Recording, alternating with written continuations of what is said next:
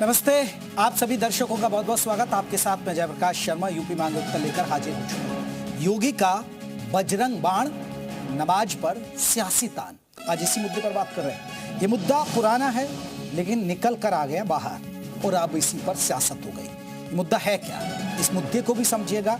और सीएम योगी ने क्यों कहा कि हनुमानगढ़ी में आप नमाज पढ़ाते हैं, समाजवादी पार्टी में, सुनिए। राम मंदिर चढ़ावा चोरी विवाद के बीच अयोध्या पहुंचे मुख्यमंत्री योगी आदित्यनाथ ने कांग्रेस और समाजवादी पार्टी पर जमकर हमला किया। सीएम योगी ने कहा कि लोग जो आस्था की बात करते हैं, इन्होंने तो हमारे पवित्र हनुमानगढ़ी में नमाज पढ़वाने का काम किया है। क्या कभी कोई जामा मस्जिद में हनुमान चालीसा का पाठ कर पाएगा? क्या कांग्रेस और समाजवादी पार्टी ऐसा कर पाएगी? फिर हनुमानगढ़ी की सीढ़ियों पर नमाज पढ़वाने का काम कौन करवा रहा था? सीएम योगी ने कहा कि इन्होंने हनुमानगढ़ी की सीढ़ियों पर नमाज पढ़वाने का पाप किया था। हमने अयोध्या को सांस्कृतिक राजधानी की फिर से स्थापना की है। 2017 से पहले आप जागते थे, लोग आपको शक की निगाहों से देखते थे। सवाल यह है कि योगी ने 23 साल पुरानी बात क्यों उठाई? शायद इसलिए क्योंकि योगी शासन और सोच में फर्क दिखाना चाहते हैं। और अब तैयारी अगले साल होने वाले चुनाव की है। सवाल यह है, क्या 2027 में यूपी का चुनाव अयोध्या पर फोकस होगा? क्या विपक्ष को अयोध्या के जरिए यूपी में जीत नजर आ रही है? सवाल यह है कि आखिर 2003 में अयोध्या में हुआ क्या था? ऐसे ही कुछ सवालों पर आज हम चर्चा करेंगे। पहले रिपोर्ट आप देख लीजिए।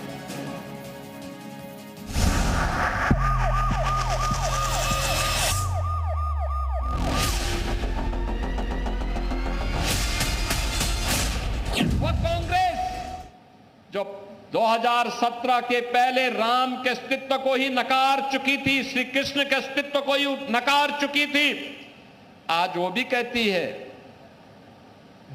कि राम तो सबके हैं। अब ये लोग सब मचल रहे हैं अयोध्या जाने के लिए। योगी जानते हैं कि अयोध्या में दान चोरी की गर्मी पर विपक्ष चुनावी रोटियां सेंकने की तैयारी में है। विरोधी दलों को लगने लगा है कि राम मंदिर में चढ़ावा घोटाला 2027 के लिए उनके हाथ में तुरुप का इक्का थमा गया है। समाजवादी पार्टी साफ कह रही है कि अयोध्या में दान चोरी 2027 में चुनावी मुद्दा होगा। कांग्रेस भी राम मंदिर में चोरी के मसले पर लगातार सवाल उठा रही है, मगर योगी ने अयोध्या को उपलब्धि बताते हुए विरोधियों को ही बड़ी चुनौती दे दी है। जो ये लोग आस्था की बात करते हैं, याद करो ना, इन्होंने तो हमारी पवित्र हनुमानगढ़ी में इन्होंने तो वहां नमाज भी पढ़वाने का काम किया था। कल्पना करिए, क्या कोई जामा मस्जिद में कभी हनुमान चालीसा का पाठ कर पाएगा? क्या सरकारें करवा पाएंगी? क्या समाजवादी पार्टी और कांग्रेस करवा पाएगी? ये पहली बार नहीं है जब अयोध्या चंदा चोरी विवाद के बीच सीएम योगी ने विरोधियों पर राम के नाम पर राजनीति करने और अयोध्या को बदनाम करने का आरोप लगाया है। अनावश्यक रूप से चरित्र हनन का प्रयास न करें, अयोध्या धाम को बदनाम करने का कुत्सित प्रयास न करें। दान चोरी पर विपक्ष के लगातार वार और योगी के पलटवार से सवाल उठ रहे हैं कि क्या 2027 में यूपी का चुनाव अयोध्या पर फोकस हो गया है? क्या विपक्ष को अयोध्या के जरिए यूपी में जीत नजर आ रही है? ये बात इसलिए भी कही जा रही है क्योंकि राम मंदिर चढ़ावा चोरी से सियासी समीकरण बदलने लगे। जो राजनीतिक पार्टियां पहले राम मंदिर तो दूर, राम का नाम लेने से भी बचती थी, वो आज खुलकर हिंदुत्व की पिच पर बैटिंग कर रहे हैं। चढ़ावा चोरी को हिंदू आस्था के साथ धोखा बता रहे हैं। आस्था का सैलाब या आस्था के एक वातावरण पूरे देश के अंदर एक भारतीय जनता पार्टी आरएसएस के लोगों ने जो खड़ा किया था, आज उसके साथ पूरी तरीके से छल किया जा रहा है। आस्था को पूरी तरीके से बेचा जा रहा है। दान के पैसों से बनाए गए मकान पर बुलडोजर चलाने की तैयारी है, मगर ऐसा लगता है कि विपक्ष को दान चोरी से ज्यादा अपनी राजनीति की चिंता है। यही वजह है कि राम मंदिर मामले के बाद हर पार्टी इसे अपने अपने तरीके से बनाने की कोशिश में जुटी है। रिपोर्ट जी मीडिया। तो आज इसी मुद्दे पर हमारी चर्चा हो रही है, लेकिन कुछ महत्वपूर्ण चीजें हम पहले आपको बता दें। यूपी के पूर्व डीजीपी और वर्तमान में बीजेपी से राज्यसभा सांसद ब्रजलाल ने भी 2003 में सपा सरकार में हनुमानगढ़ी में नमाज पढ़े जाने की बात कही है, क्योंकि वो उस समय, आपको बता दें, मायावती के समय में भी वो डीजीपी रहे, क्या कुछ कहा आपको सुना। उस समय अयोध्या में ये प्लानिंग की गई उस समय की सरकार के माध्यम से कि हनुमान गढ़ी के ठीक सामने जहाँ सीढ़ियाँ ऊपर जाती हैं वहाँ पर रोज़ा इफ्तार होगा और नमाज पढ़ा जाएगा। राजू सबरवाल हमारे एसएसपी थे और जो आईजी जोन थे 1975 बैच के, जो इनके क्षेत्र में लखनऊ वो आता था अयोध्या, उन्होंने प्रयास किया। मैं आईजी लॉ एंड ऑर्डर था, लेकिन वो नहीं होने दिया गया। और फिर ये हालत थी उस समय तुष्टीकरण की कि महंत हनुमानगढ़ी के घर में नमाज पढ़ा गया। अयोध्या में सीएम योगी के बयान के बाद साधु संतों ने भी जमकर समाजवादी पार्टी पर हमला बोला। उन्होंने कहा कि लोग कभी सनातन का सम्मान नहीं कर सकते।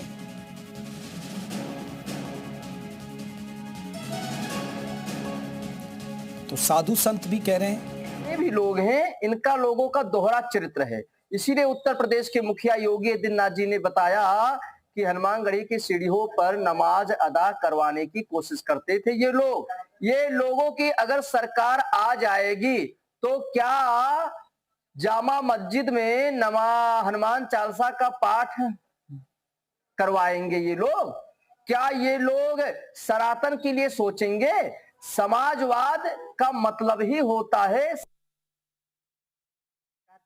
वह 100% सही कहते हैं इन महापापी समाजवादी पार्टी जो नमाजवादी पार्टी ही नहीं नापाकवादी पार्टी है, ऐसे नापाकवादी पार्टियों को हिंदू जनमानस ऐसा मजा चखाएगा कि है जन्म जन्मांतर कल्प कल्पांतर याद रखेगा। ये शुद्ध काल नेमी है, उग्र अंत न हो निवाहो, काल नेमी जी रावण राहो। ऐसे काल नेमियों को समाप्त करने के लिए हनुमान जी महाराज की गदा चलने वाला है। तो बड़ा सवाल यह है, क्योंकि देखिए चंदा चोरी वाला मामला है, जो दान चढ़ावा वाला मामला है, उस पर सरकार घिर रही है। तो सरकार अब अयोध्या की पिच तैयार कर रही है, यानी अयोध्या पर ही विपक्ष को घेरा जा रहा है। तो क्या 2027 में यूपी का चुनाव अयोध्या पर फोकस हो गया? क्योंकि आप अयोध्या पर बीजेपी को घेर रहे हैं, तो अब अयोध्या पर ही सीएम योगी उनको घेर रहे हैं। क्या विपक्ष को अयोध्या के जरिए यूपी में जीत नजर आ रही है? विपक्ष को लग रहा है कि अयोध्या का मुद्दा हम जोर शोर से उठाएंगे तो हमारी जीत तय है। तो आज इसी मुद्दे पर हम बात करने जा रहे हैं। तो चलिए, हमारे साथ कौन कौन खास मेहमान रहेंगे, अब जल्दी से अपने मेहमानों का मैं परिचय करा दूं। हमारे साथ खास मेहमान जुड़ भी गए, सीताराम दास हैं, हिंदू धर्मगुरु है। हमारे साथ कांग्रेस के प्रवक्ता भी हमारे साथ जुड़ गए हैं, संजीव सिंह। आनंद दुबे जी हमारे साथ बीजेपी के प्रवक्ता हमारे साथ जुड़ गए। हमारे साथ आपको बताते हैं कि आलोक पांडे जी है, राजनीतिक विश्लेषक, हमारे साथ जुड़ गए हैं। सबसे पहले चर्चा की शुरुआत में आलोक पांडे जी, ये सीएम योगी के बयान को कैसे देख रहे हैं आप? राजनीतिक विश्लेषक हैं आप, आपसे पहली प्रतिक्रिया जल्दी से इस पर एक छोटी सी। सीएम योगी का बयान, क्योंकि मैं जो समझ रहा हूं कि देखिए विपक्ष अयोध्या के ही मुद्दे पर सरकार को घेर रही है, लेकिन उसी पिच पर अब मुख्यमंत्री योगी आदित्यनाथ विपक्ष को घेर रहे हैं कि भाई हमने अयोध्या कितनी बदली, अयोध्या में कितना काम किया, आप राम मंदिर, आपने राम भक्तों पर गोली चलाई, आपने अब एक नई बात और उन्होंने जोड़ दी कि आपने हनुमानगढ़ी में नमाज पढ़वाई। नहीं, देखिए योगी जी ने जो कहा वो तो सच है ही कि भाई विपक्ष ने जो उनका इतिहास रहा है, समाजवादी पार्टी का या कांग्रेस का हो, दोनों का इतिहास तो भगवान राम को एक का तो नकारने का रहा, उसको गोली चलाने का रहा। तो इस तरह से तो भारतीय जनता पार्टी उन पर आक्रामक हो सकती है, लेकिन भारतीय जनता पार्टी से वर्तमान की, जब विपक्ष वर्तमान की बात कर रहा है कि वर्तमान में क्या हुआ, तो भारतीय जनता पार्टी के पास उनका इतिहास खंगालने की शक्ति है और विपक्ष के पास भारतीय जनता पार्टी का वर्तमान। चंदा वाले मैटर पर, जो दान चढ़ाने वाले मैटर पर चूक तो हुई, उस चूक को स्वीकार करना होगा। और विपक्ष को यह लगता है कि उनके इतिहास पर कितना भी हमला किया जाए, लेकिन भारतीय जनता पार्टी के जो सरकार है इस समय उत्तर प्रदेश में जो है, उस पर तो हम हमला करने का मौका प्राप्त कर सकते हैं। और मैं बार बार कहता हूं कि भारतीय जनता पार्टी असहज होगी, जो दान मिला, जो चढ़ावा मिली, उसमें अगर गड़बड़ी हुई है तो भारतीय जनता पार्टी को असहज तो होना ही होगा। लेकिन जरूरत से ज्यादा आलोचना ये फिर भारतीय जनता पार्टी को सकारात्मक लाभ दे देगी। विपक्ष को आलोचना सीमित ही करनी चाहिए। एक सीमा से ज्यादा अगर भारतीय जनता पार्टी की आलोचना आप करेंगे तो -++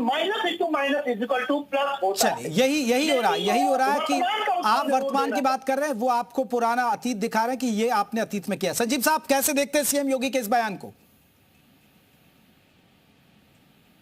मुझे लगता है कि जो तथाकथित राजनीतिक विश्लेषक है वो उनसे उम्मीद न करे तो ज्यादा अच्छा है। ये पोस्टर है, ये देख लीजिए। लखनऊ की सड़कों पे भारतीय जनता पार्टी के राष्ट्रीय अध्यक्ष नवीन साहब आए थे, नितिन नवीन साहब, हनुमान जी को भारतीय जनता पार्टी का करिंदा कार्यकर्ता बना करके झंडा पकड़ा करके टहला रहे थे लखनऊ की सड़कों पे। ये हनुमान जी की इज्जत करेंगे?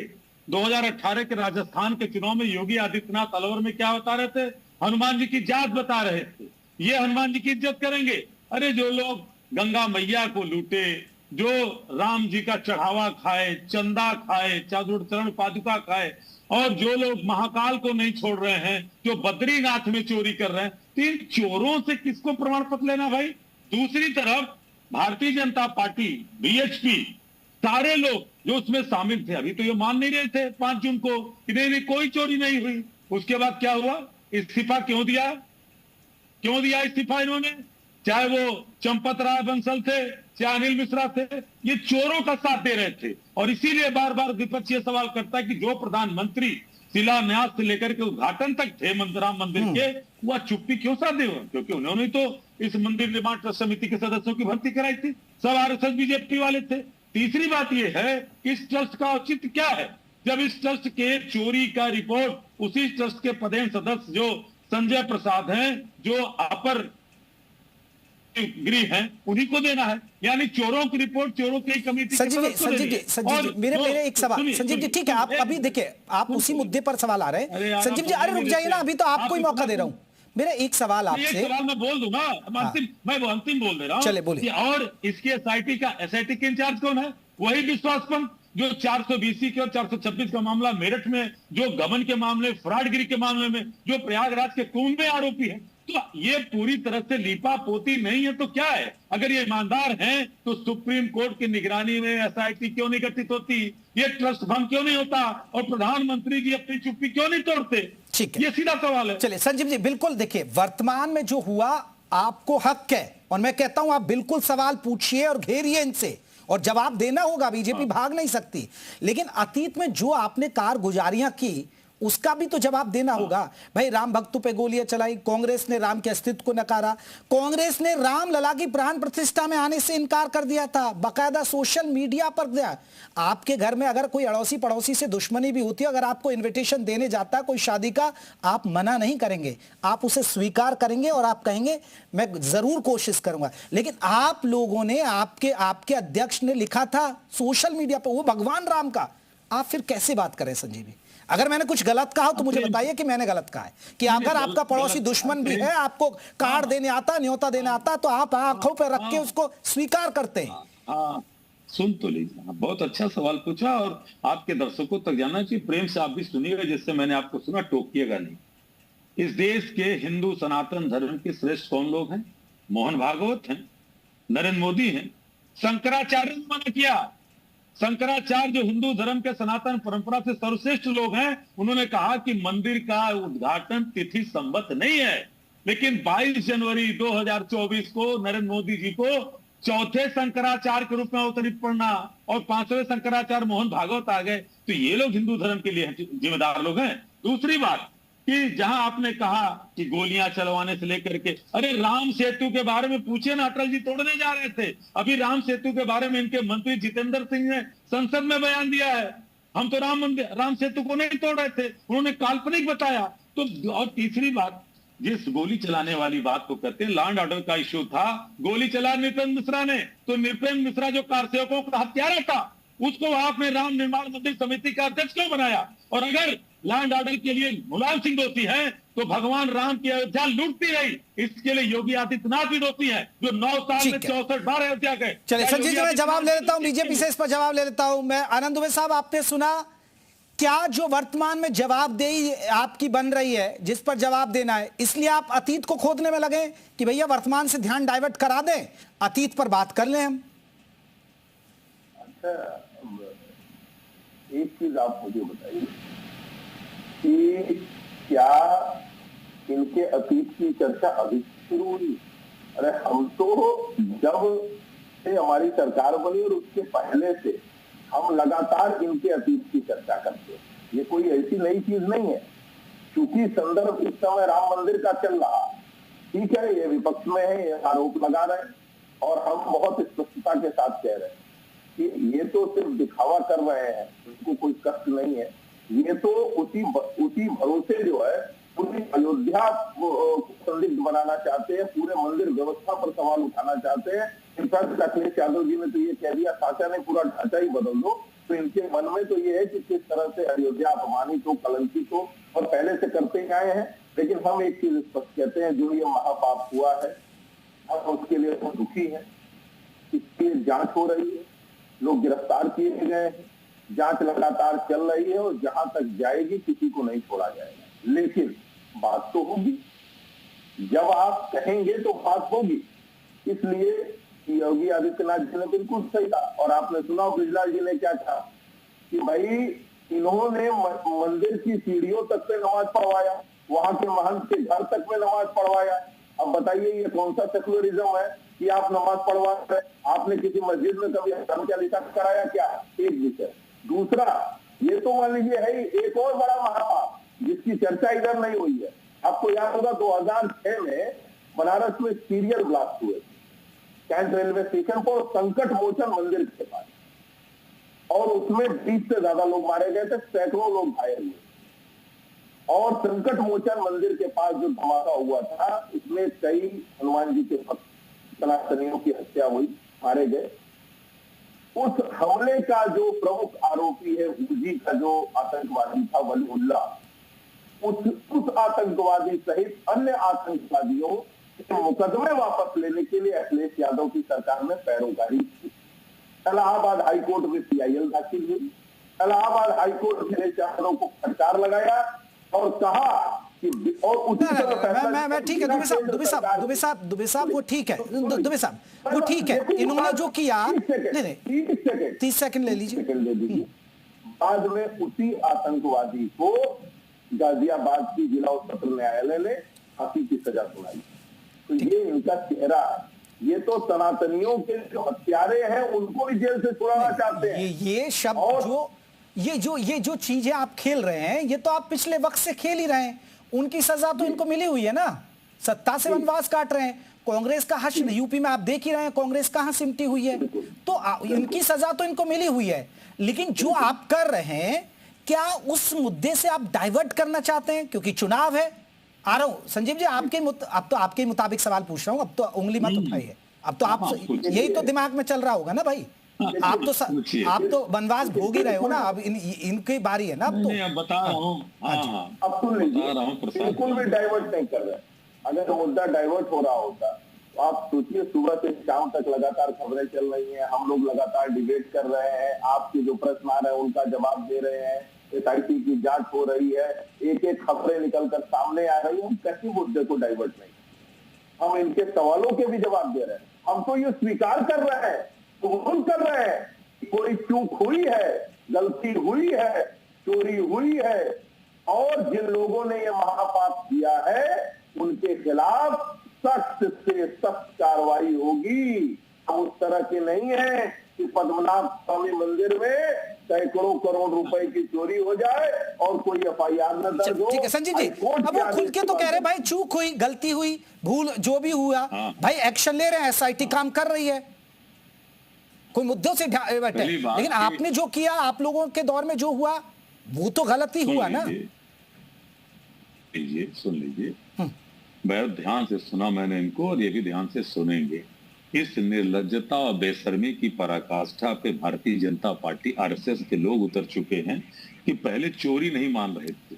5 जून को जब ये चीजें आई प्रकाश में, तो चंपत राय ने कहा कोई चोरी नहीं हुई, कहीं गोबर से 12 लाख मिल जा रहा है। और ये छोटे छोटे टुडपुजियों को पकड़ करके आप क्या बताना चाहते हैं? ये बताना चाहते हैं कि ये सारे अनुकल्प मिश्रा, अनुराग शुक्ला, कौन जितने लोग हैं, असली चोर कौन है? अगर चंपत राय नहीं चोरी में शामिल थे, अनिल मिश्रा, जिसके बारे में दीनानाथ वर्मा कहने 40% कमीशन लेता था, मैंने चंपत राय को कहा तो मेरा जुबान बंद कर दिया गया।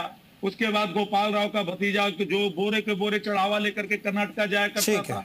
तो ये चोरी नागपुर तक है, ये चोरी सीधे सीधे पीएमओ कार्यालय तक है। देश यही जानना चाहता है कि जो प्रधानमंत्री जी जब घोषणा किए इस ट्रस्ट समिति अरे के संजीव जी मेंबरों उस पर तो की, सवाल कर रहे हैं, लेकिन गृहमंत्री अपने ने उस पर तो बताइए। हाँ भाई, हमारी सहयोगी पार्टी ने नमाज पढ़वाई थी, उस समय ऐसा हुआ था, ये तो बताइए ना।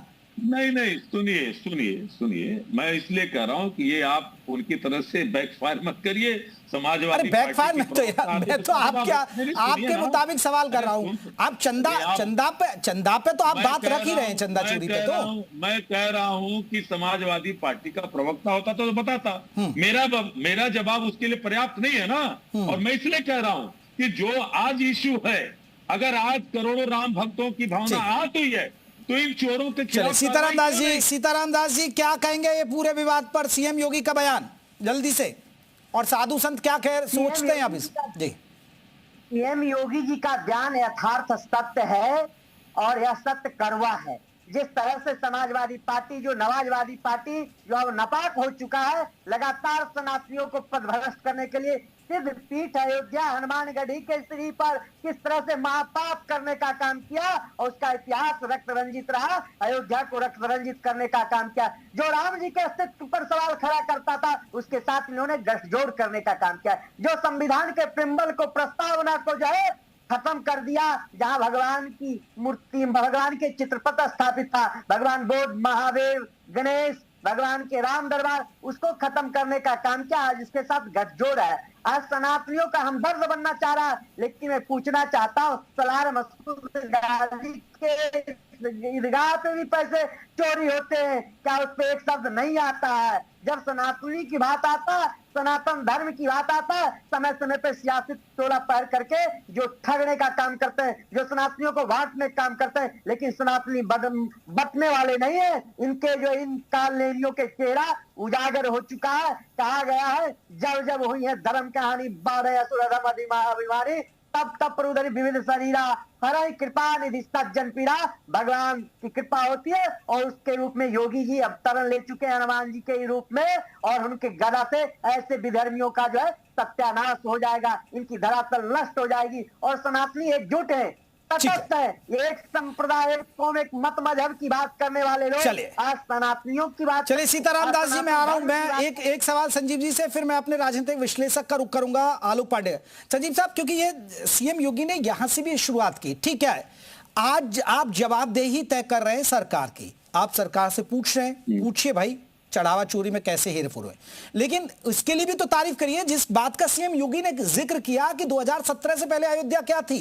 और अगर आप अयोध्या गए, अगर आपने अयोध्या देखी और पहले की अयोध्या देखी तो मुझे आप बता दीजिए। नहीं, मैंने जो अयोध्या देखी और मैंने उसे बदलते हुए देखा तो मैं बता देता हूं आपको अपना। मैं तो बार बार गया हूं, मैं 5-6 बार गया हूं वहां। बहुत कम गए अब तक। हम लोग अयोध्या, इलाहाबाद यूनिवर्सिटी के छात्र रहते थे तब भी अयोध्या जाते थे और अभी भी गए। अब बदली या नहीं बदली? पहले तो ये बताइए, बदली या नहीं बदली? सुन तो लीजिए, अब सुन तो लीजिए ना। आपने मुंह में उंगली डाली तो सुनने का प्रयास करिए। अरे आप बस यहाँ बताइए ना, बदली या नहीं बदली? अरे आप मुझसे ज्यादा बार गए। ये संजीव, नहीं, पहले ये बताइए ना, सीएम योगी ने यही जिक्र किया, पहले की अयोध्या और अब की अयोध्या, बदली या नहीं बदली, ये बताइए। शांत भी रहा करो। अच्छा 30 सेकंड चुप रहोगे ना? चलो ठीक है, मैं चुप हो जाता हूं, फिर बताना पड़ेगा। मैं जाता था तो फिर रामलला टाट में थे तो ये संघी भाजपाई ठाट में थे।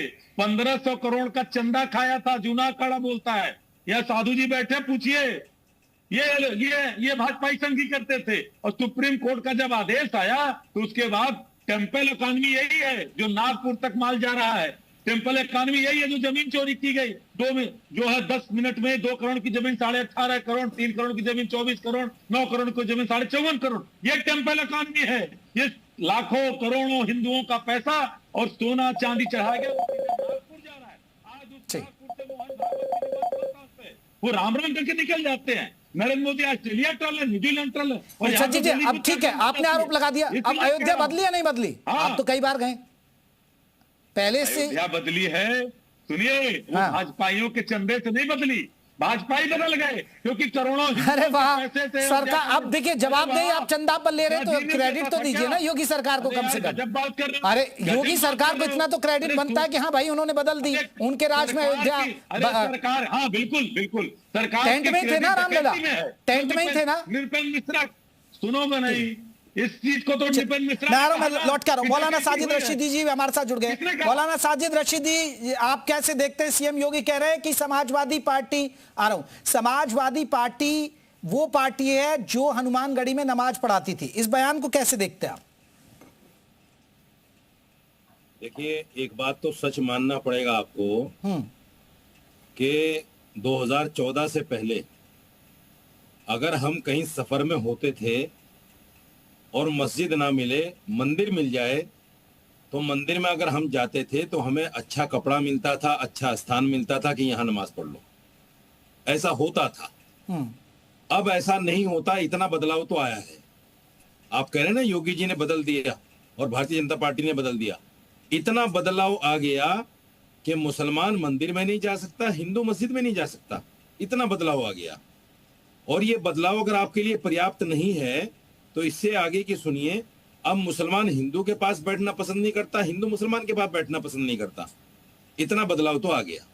इसके लिए आपको भी बधाई देनी चाहिए, योगी जी को भी और भारतीय जनता पार्टी को भी। इंसानियत से बढ़कर कोई चीज नहीं है। इंसानियत सबसे बड़ी चीज है। और इस देश को पूरी दुनिया में इसीलिए जाना जाता है कि यहाँ हर पंथ, हर मजहब का आदमी अपनी अपनी पूजा पद्धति के साथ एक दूसरे के साथ आपस में मिलजुल के रहते हैं। कोई नफरत नहीं एक दूसरे के दिल में। तो मतलब आप कह रहे हैं जब से बीजेपी आई नफरत बढ़ी? आपको नहीं लगता? आपको नहीं लगता क्या? ठीक है दुबे साहब, जल्दी से जवाब दीजिएगा, फिर मैं पांडे जी आ रहा हूं आपके पास। मैं आपसे पूछ रहा हूं, आपको मौलाना साहब ये पूछ लेता हूं ना। मेरे तो सर अच्छे मुस्लिम दोस्त हैं आज भी सर, मेरे तो अच्छे मुस्लिम दोस्त हैं। जब आप भारतीय जनता पार्टी की तरफ से सवाल कर सकते हो तो भारतीय जनता पार्टी की तरफ से जवाब क्यों नहीं दे सकते? जवाब दे रहा हूं सर, मेरे तो अच्छे मुस्लिम दोस्त हैं सर। दे रहे हो? जिस एंकर से बात कर रहे हो सर, जिस एंकर से आप बात कर रहे हैं मौलाना साहब, मैं तो जामिया यूनिवर्सिटी से पढ़ा हुआ मुस्लिम हूं, मुस्लिमों के बीच ही रहा, उनके हॉस्टल में रुकता था। जामिया यूनिवर्सिटी से 2010 के पहले पढ़ा होगा ना? दुबे साहब जल्दी से, दुबे साहब। हाँ 2010 के पहले पढ़ा होगा आपने। ठीक है दुबे साहब जल्दी से जवाब दीजिए। देखिए दिक्कत क्या है कि जैसे मौलाना साजिद रशीदी जी जो है, इनको हर तरफ जो है नकारात्मकता ही दिखती है, इनको हर तरफ नफरत ही दिखती है। उन्होंने कहा ना कि पहले हमें मिल जाती थी जगह। आप बता दीजिए आपने कितनों को जगह दे दी? आपने कभी किसी को कहा क्या आके हनुमान चालीसा कर लीजिए? ये सब दिखावे की बातें, ये सब हम न किया करिए। एक चीज। दूसरी चीज ये है, उत्तर प्रदेश में न कोई कर्फ्यू हो रहा है, न कोई दंगा हो रहा है, लोग अमन चैन के साथ अपना रोजी रोजगार कर रहे हैं। ये जिस भाईचारे की बात करते थे, उन सरकारों में आए दिन कोई ऐसा शहर नहीं था जहां दंगा नहीं होता था, लोग नहीं मरते थे, गोलियां नहीं चलती थी और लोगों को खून नहीं बहते थे। उसको ये भाईचारा कहेंगे, उसको ये अमन कहेंगे, उसको ये कहते हैं कि शांति के मसीहा थे वो लोग। अगर आपको ऐसा ही दौर पसंद था तो ये भाईचारा आपको मुबारक हो। हम इस तरह के भाईचारे की बात करते हैं। ये तो पॉइंट है साजिद रशीदी जी। ये मुजफ्फरनगर दंगा किसके राज में हुआ? अब इस पे भी बीजेपी में ठीक मत फोड़ देना। देखिए बात सुनिए। हाँ। मैं ना तो समाजवादी का प्रवक्ता हूं ना कांग्रेस का प्रवक्ता हूं। ये सच्चाई है। जो कुछ ये कह रहे हैं कि 2013 का जो दंगा हुआ वो समाजवादी के टाइम में हुआ। और योगी जी की भी कुछ अच्छी बातें हैं, हमने उनको भी एक्सेप्ट किया है, टीवी पर दिल खोल के एक्सेप्ट किया है कि जैसे क्राइम खत्म हो गया है, मुसलमान एजुकेशन पे आ गया है, गलत रास्ते छोड़ दिए हैं, ये सब कुछ हमने एक्सेप्ट किया है। लेकिन मैं साजिद रशीदी जी आपके लिए ताली बजा रहा हूं पहली बार। भाई साजिद रशीदी जी योगी की तारीफ कर रहे हैं, इतना बड़ी अच्छी बात नहीं। ये मैं आपके लिए ताली बजा रहा हूं सर, ये तो आप अच्छी बात कह रहे हैं। नहीं कहते नहीं है साजिद रशीदी जी। आप ये भी मानिए कि नफरत बढ़ रही है, ये नहीं मानिए। अब दंगों पे आइए फिर। दंगा तो नहीं हुआ? अब सीएम योगी नहीं, दंगा तो नहीं हुआ, ना मुस्लिम मर रहा ना हिंदू मर रहा। मेरे भाई सुनो मेरे भाई, सीएम योगी एक संवैधानिक पद पर है और संविधान की जब आदमी शपथ लेता है तो क्या कहता है? मैं धर्मनिरपेक्ष रहूंगा। यहाँ तो धर्म की बात हो रही है, कभी हिंदू की बात हो रही है, कभी मुसलमान की, कभी मस्जिद की, कभी मंदिर की, कभी कब्रिस्तान की, कभी शमशान की। इसके अलावा बात क्या हो रही है बताइए आप मुझे? ये धर्मनिरपेक्षता है क्या? ये संवैधानिक? मैं माफी दुबे साहब माफी चाहूंगा, मेरे पास इतना ही वक्त था। पांडे जी का भी रिएक्शन रह गया। बहुत बहुत शुक्रिया आप सभी मेहमानों का। यूपी मांगे उत्तर में बस इतना है। नमाज पर सियासी तान पर हम बात कर रहे थे। नमस्ते।